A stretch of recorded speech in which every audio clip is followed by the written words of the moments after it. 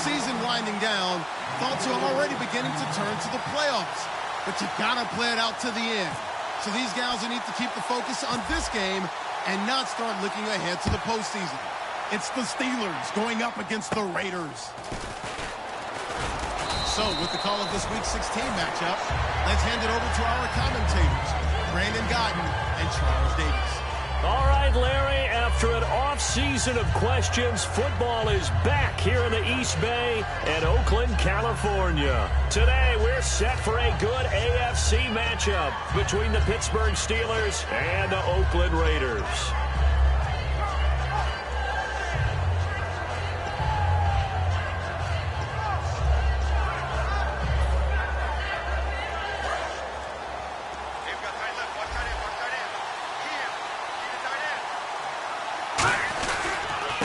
They'll give it to him right up the gut. And this defense not giving him anything there. Maybe a yard up to the 36. And the Buffet boys, the O-line. Hopefully they're ready today. Listen, you got to feed them first. But if you do, you usually get a great product out on the field. And when they play well, the quarterback can't wait to feed them afterwards.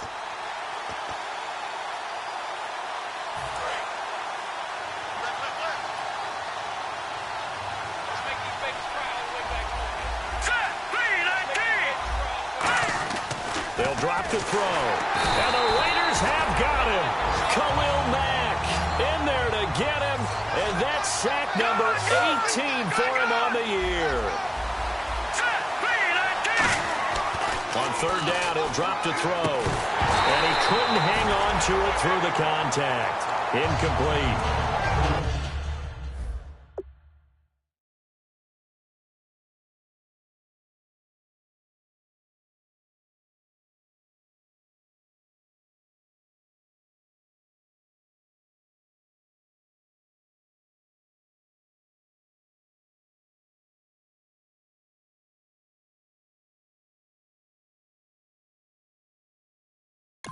After watching him drop that slant, I can hear my old coach's voice ringing in my ears right now. You can't run with the ball until you catch it. Trying to get those rack yards before he secured it.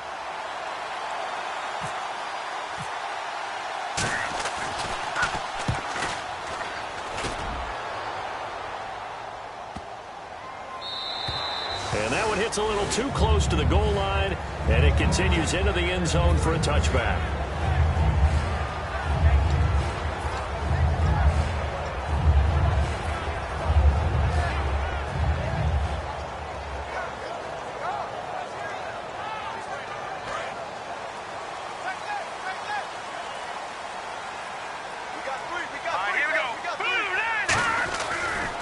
Now a first carry for Derrick Henry. And he's going to be stopped here on this first play as he gets it to the line of scrimmage and no more.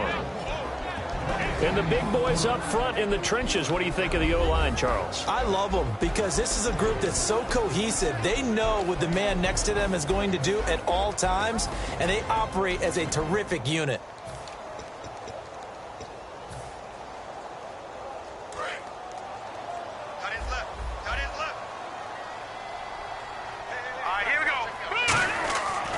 To throw now on 2nd and 10.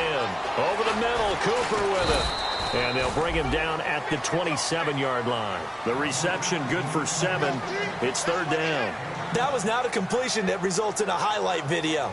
But at the same time, if you have those kind of completions all game long, eventually one of them might turn into a highlight. Let's go. And on the outside, they're playing press coverage. On 3rd and short, they'll try and pick it up through the air. Cooper's got it. And he's going to have the first down, yardage to the 35. I don't care how many times we say it. I still get a kick out of watching quarterbacks and receivers do the pass tree in pregame warm-up. But I always remember that when we go to practices, we see that after practices as well. They really tune it up, don't they? They tune it up. They know why they do it for these situations. First down. And they build that trust, and that's why they're able to find him in this type of a situation.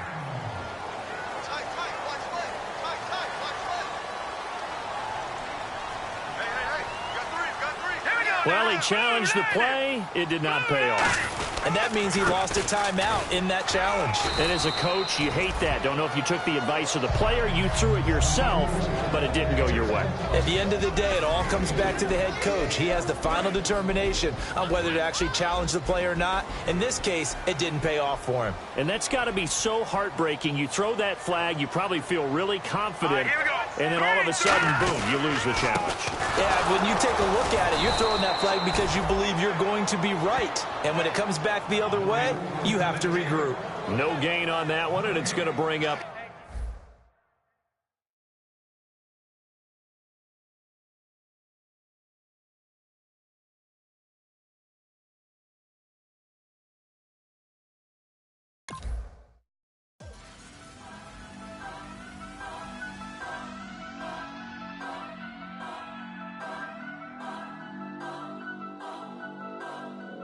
Turn up. I'm breaking in. I'm at the pearly gates, but they won't let it in. I told the devil, I said, I ain't